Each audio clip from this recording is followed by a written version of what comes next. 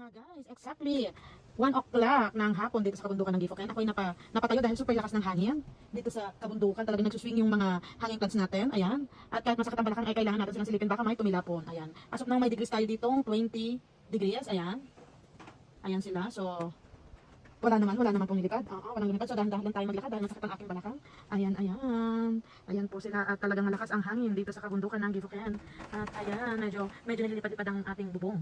Oo, nagsuswing-swing ang mga puno. Ayan, pero okay lang safe ang ating mga babies. Ayan.